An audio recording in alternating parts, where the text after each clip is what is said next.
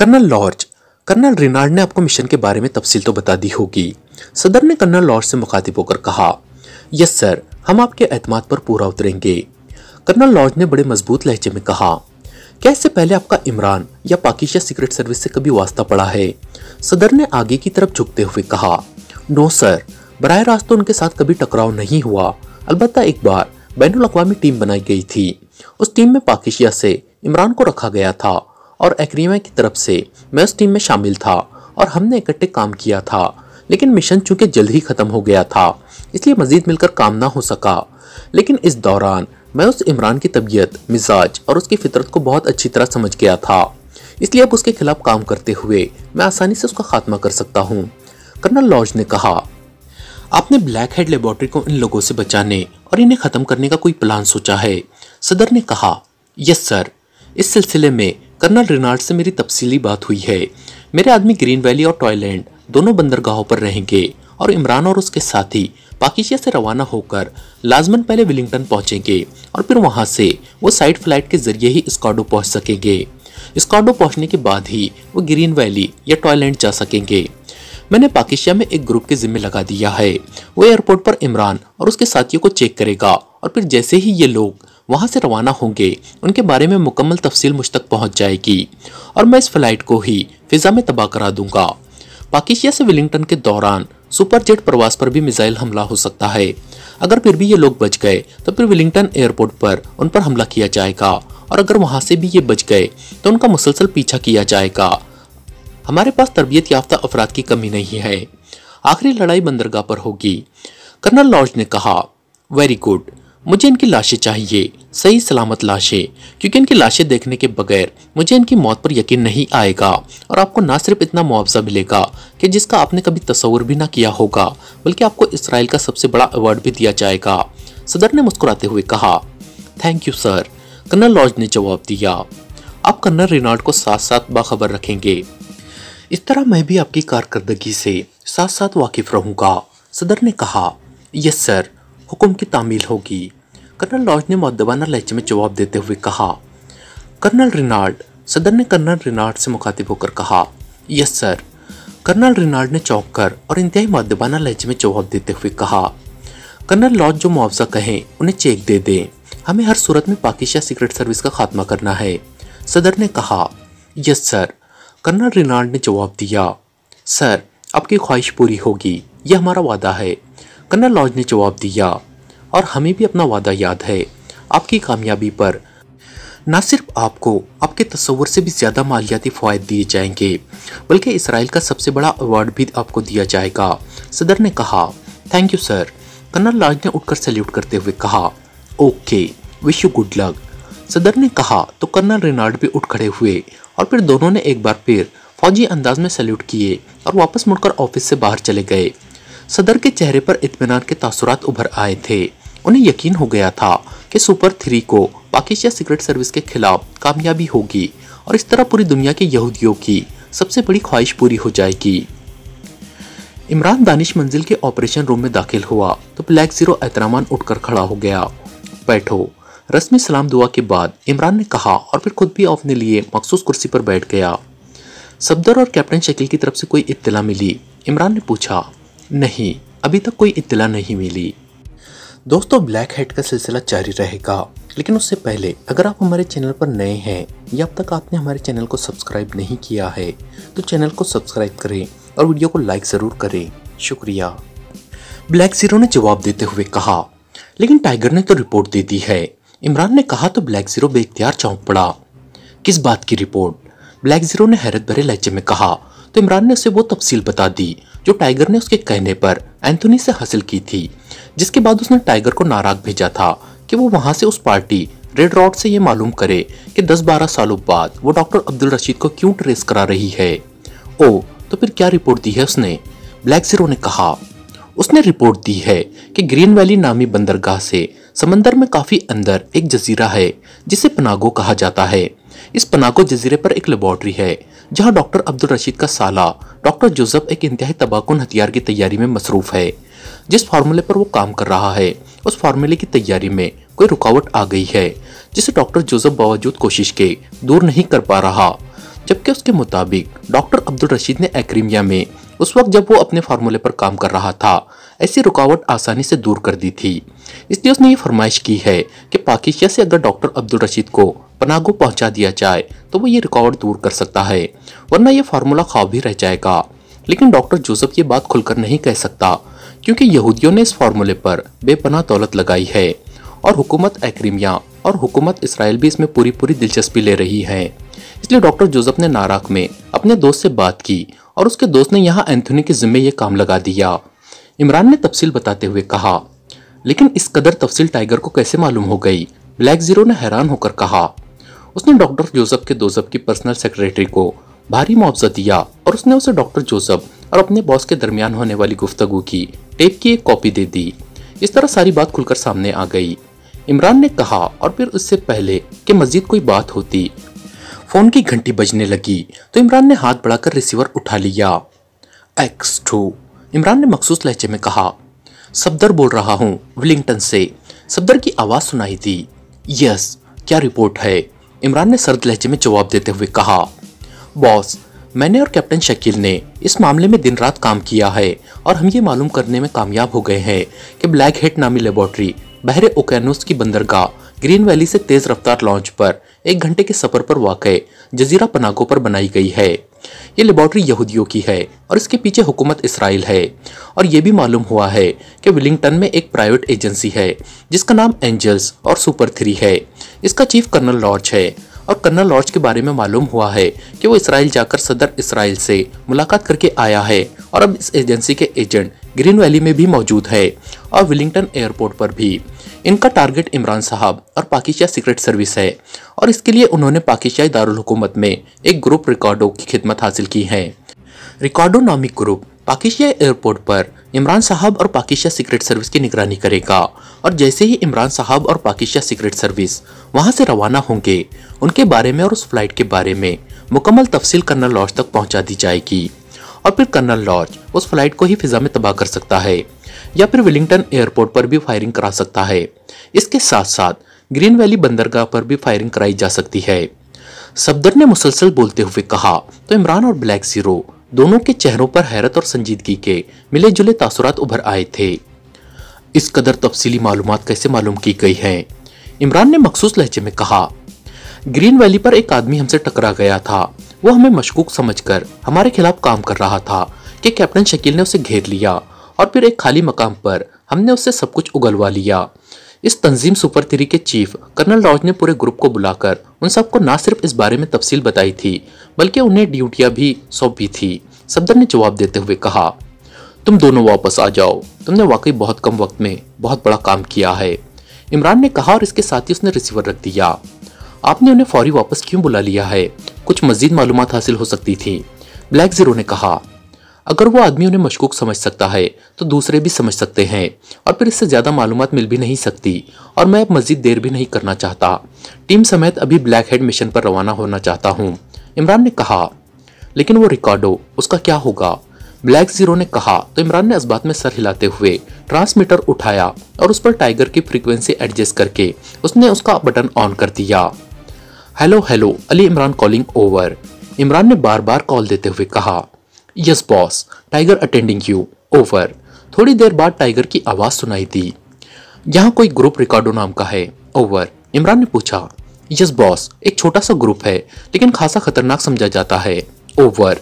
Tiger ने जवाब देते हुए कहा, उसका चीफ कौन है, ओवर। इमरान ने पूछा, रिकॉर्डो बॉस एक खुफिया जुआ खाना चलाता है, वहां सिर्फ मखसूस लोग ही जा सकते हैं, एक्रीमिया नजाद है, ओवर। टाइगर ने जवाब दिया, ये रिकॉर्डो इस वक्त कहाँ मौजूद होगा, ओवर। इमरान ने पूछा, अपने जुए खाने में बॉस, वो बहुत कम वहां से निकलता है, ओवर। टाइगर ने जवाब दिया, कहाँ है उसका जुआ खाना, ओवर। इमरान ने पूछा, बहादुर चौक रोड पर बॉस, ऊपर स्पेयर पार्ट्स की बहुत बड़ी दुकान है जिसके नीचे खुफिया जुआ खाना है, उसका रास्ता उगबी गली में है। मगर आप क्यों पूछ रहे हैं बॉस, ओवर। टाइगर ने कहा, क्या वो मुझे जानता है, ओवर। इमरान ने कहा, यस बॉस, पहले वो शेल्टन होटल का मैनेजर था और सुपरिटेंडेंट फयाज का बड़ा करीबी दोस्त रहा है, इस लिहाज से वो आपको बहुत अच्छी तरह जानता है, ओवर।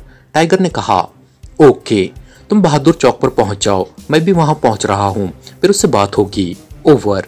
इमरान ने कहा, बॉस आपको तकलीफ करने की जरूरत नहीं है, मैं उससे बात कर सकता हूँ, आप उससे क्या मालूम करना चाहते हैं? टाइगर ने कहा, क्या वो तुम्हारा दोस्त है? ओवर। इमरान ने पूछा, दोस्त तो नहीं है बॉस, बहरहाल मैं उस जुए खाने में दाखिल हो सकता हूँ, आप साथ होंगे तो मामला बिगड़ भी सकते हैं। ओवर।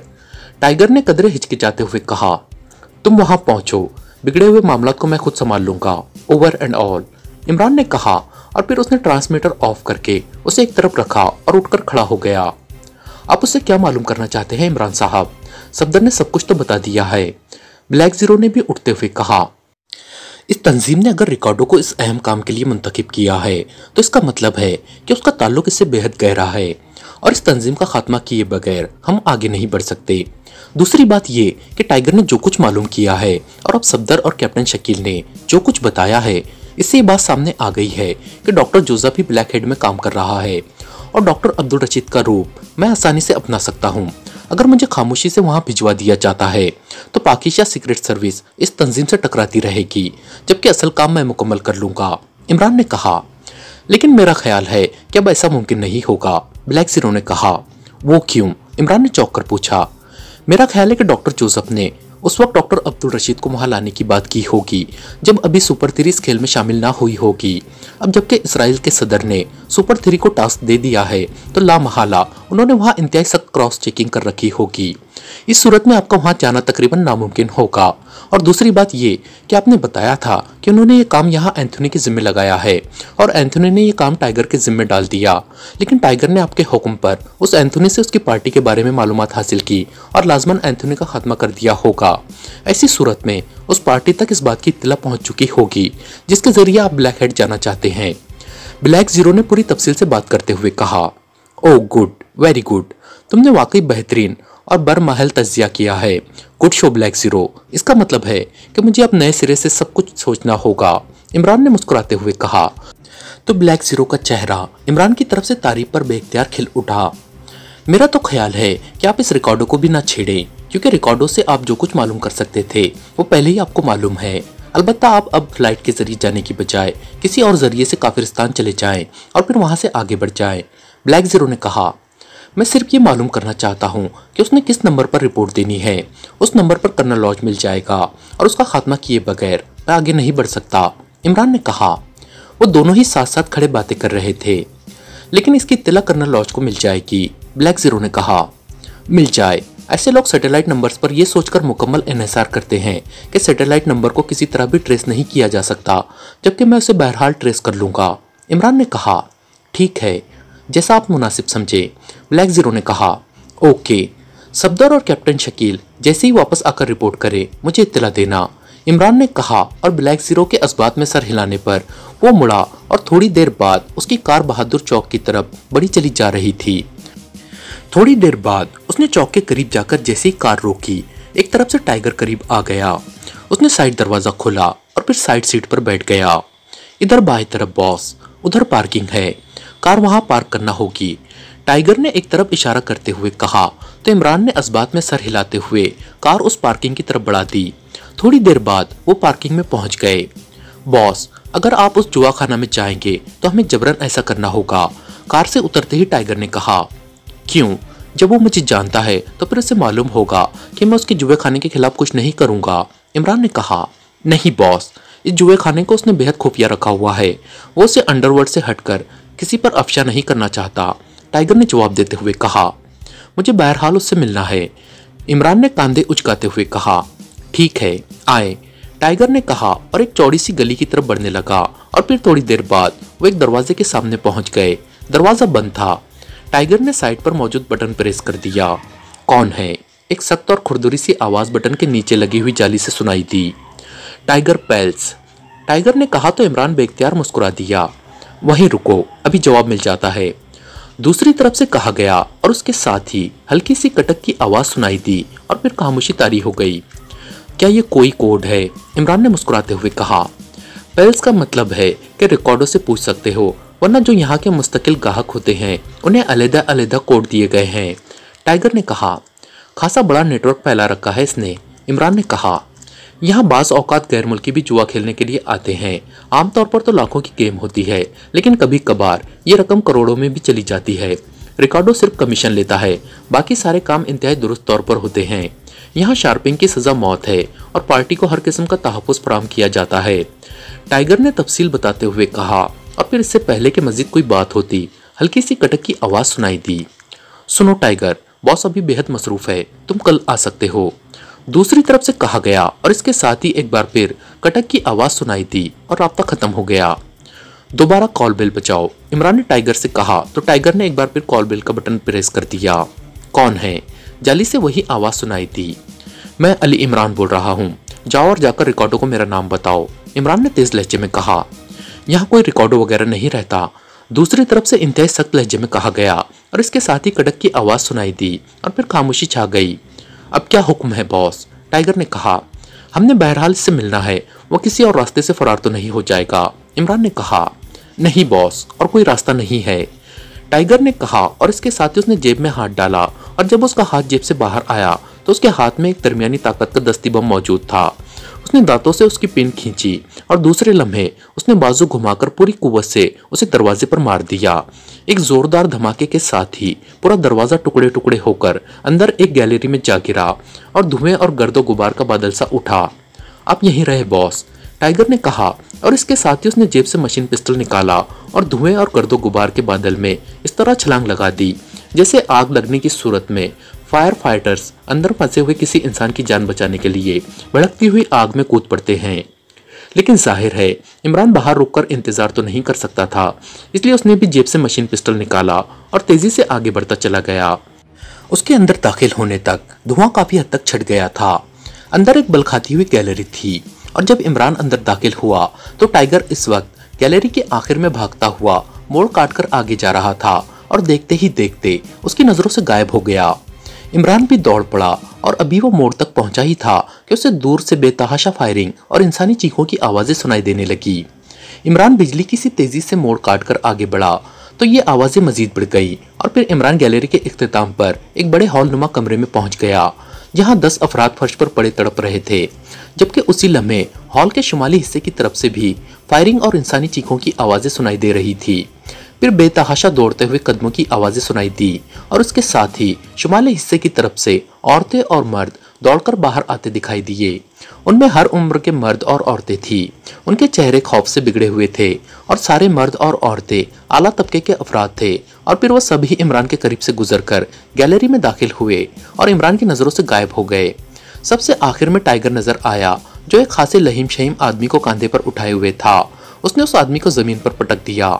बॉस, ये रिकॉर्डो है, ये भागने की कोशिश कर रहा था, आप इसका ख्याल रखें, मैं मजीद अफराद को चेक कर लूं, फिर इसे देख लेंगे, टाइगर ने तेज लहजे में कहा और एक बार फिर बिजली की सी तेजी से दौड़ता हुआ उसी हिस्से में गायब हो गया। इमरान के चेहरे पर उसकी तेजी और फुर्ती देखकर बेख्तियार मुस्कुराहट सी दौड़ने लगी। चंद लम्हों बाद दूर से फायरिंग की आवाजें सुनाई दी और फिर खामोशी तारी हो गई और एक बार फिर टाइगर दौड़ता हुआ बाहर आ गया। बॉस, इसका सेक्रेटरी किसी को फोन कर रहा था, हम उसे राना हाउस ले जाते हैं, आए, टाइगर ने कहा और इसके साथ ही उसने झुककर रिकॉर्डो को जमीन से उठाया और फिर कांधे पर डाल लिया। लेकिन कार तो यहाँ तक नहीं आ सकती, इमरान ने कहा। यहाँ दूसरी तरफ सड़क पर वन वे है, लेकिन मैं कार ले आऊंगा, आए, शायद कोई और ग्रुप अभी यहाँ पहुंच जाए, टाइगर ने कहा। तो इमरान ने इस बात में सर हिलाया और फिर वह दोनों ही दौड़ते हुए उस गैलरी से गुजरकर बाहर गली में आ गए। लेकिन इस बार टाइगर मुखालिफ सिमत में बढ़ा चला जा रहा था और फिर एक और साइड गली से होता हुआ उस तरफ आ गया जहां बड़े बड़े कूड़े के ड्रम मौजूद थे। उसने रिकॉर्डो को इन ड्रमों की आड़ में लिटा दिया। बॉस, मैं कार लेकर आता हूँ, आप यहीं रुके, टाइगर ने कहा और इसके साथ ही वो दौड़ता हुआ आगे बढ़ता चला गया। इस शागिर्द ने तो उस्ताद को ही बेदस्तों पा बना दिया है, इमरान ने बड़बड़ाते हुए कहा। जाहिर है उसकी हैसियत इस सारे मामले में सिर्फ तमाशा देखने वाली होकर रह गई थी। सारा काम टाइगर ने किया था और उसकी कार्रवाई इस कदर तेज थी कि इमरान को हाथ पैर हिलाने का मौका ही ना मिल सका था। और फिर थोड़ी देर बाद टाइगर अपनी कार बैक करके गली के अंदर ले आया।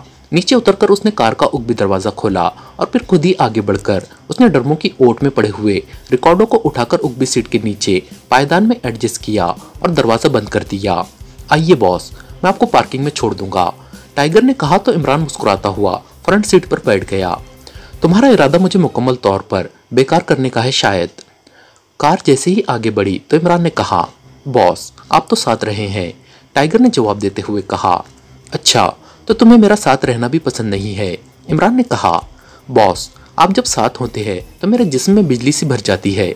टाइगर ने कहा तो इमरान बेख्तियार हंस पड़ा। पहले तो मैं सिर्फ मुहावरा ही सुनता रहता था कि शागिर्द उस्ताद से हमेशा आगे बढ़ जाता है, लेकिन आज तुमने जिस अंदाज में यह कार्रवाई की है उससे मुझे इस मुहावरे को अमली तौर पर देखने का मौका मिला है। इमरान ने कहा, बॉस मैं तो आपके नक्शे कदम पर चलने की कोशिश करता रहता हूँ। टाइगर ने कहा और इसके साथ ही उसने कार इस पार्किंग के सामने रोक दी जहां इमरान की कार मौजूद थी। मुझे तो लगता है कि अब मुझे तुम्हारे नक्शे कदम पर चलना होगा। बहरहाल ख्याल रखना, राना हाउस पहुंचने से पहले इस रिकॉर्डो को होश न आ जाए। इमरान ने कार से नीचे उतरते हुए कहा, नहीं बॉस इसे 2 घंटे से पहले होश नहीं आ सकता। टाइगर ने कहा तो इमरान सर हिलाता हुआ पार्किंग की तरफ मुड़ा तो टाइगर ने कार आगे बढ़ा दी। थोड़ी देर बाद इमरान अपनी कार में राना हाउस पहुंच गया। टाइगर वहां पहले से मौजूद था। हाँ अब बताओ कि वहां क्या हुआ? तुम तो हवा के घोड़े पर सवार थे। इमरान ने ब्लैक रूम की तरफ बढ़ते हुए कहा, बॉस गैलरी के बाद जो हॉल कमरा था वहां उसके मुसल्लह अफराद मौजूद रहते हैं। इसके बाद एक मोड़ क्रॉस करके एक और बड़ा हॉल है। वहां पार्टीशन करके बहुत से हिस्से बनाए गए हैं जहां अलग अलग जुआ होता है। वहां 4 के करीब मुसल्लह मुहाफिज मौजूद थे। साइड पर एक छोटी गैलरी के बाद रिकॉर्डो को अपना ऑफिस है और उसके साथ ही उसके पर्सनल सेक्रेटरी का ऑफिस है। चूंकि मुझे इस सारे सेटअप का इल्म था और मुझे ये भी पहले से अंदाजा था कि रिकॉर्डो आम हालत में मिलने से गुरेज करेगा, इसलिए मैं जेब में पहले ही दस्ती बम रखकर आया था। फिर आपके सामने उस बंद दरवाजे को बम से उड़ाना पड़ा। इससे पहले कि वो संभलते मैं उनके सरों पर पहुंच गया। हॉल में मौजूद अफराद धमाके की वजह से गैलरी की तरफ दौड़े थे। मैंने मशीन पिस्टल से उनका खात्मा कर दिया और फिर आगे मौजूद मोड़ क्रॉस करके दूसरे हॉल में पहुंच गया। वहां लोग फायरिंग और चीखों की वजह से सहमे हुए थे। मैंने वहां मौजूद मुसल्लह मुहाफिजों को गोलियां मार दी और बाकी सबको भाग जाने का कह दिया। इसके बाद मैं रिकॉर्डो के ऑफिस में घुस गया। ऑफिस साउंड प्रूफ था, इसलिए उसे मालूम ही ना हो सका था कि बाहर क्या हो रहा है।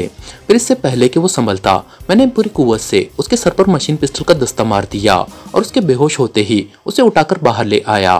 फिर मैं उसके पर्सनल सेक्रेटरी के ऑफिस में गया। वो ऑफिस भी साउंड प्रूफ था, लेकिन शायद उसने फायरिंग की आवाज़ें सुन ली थी।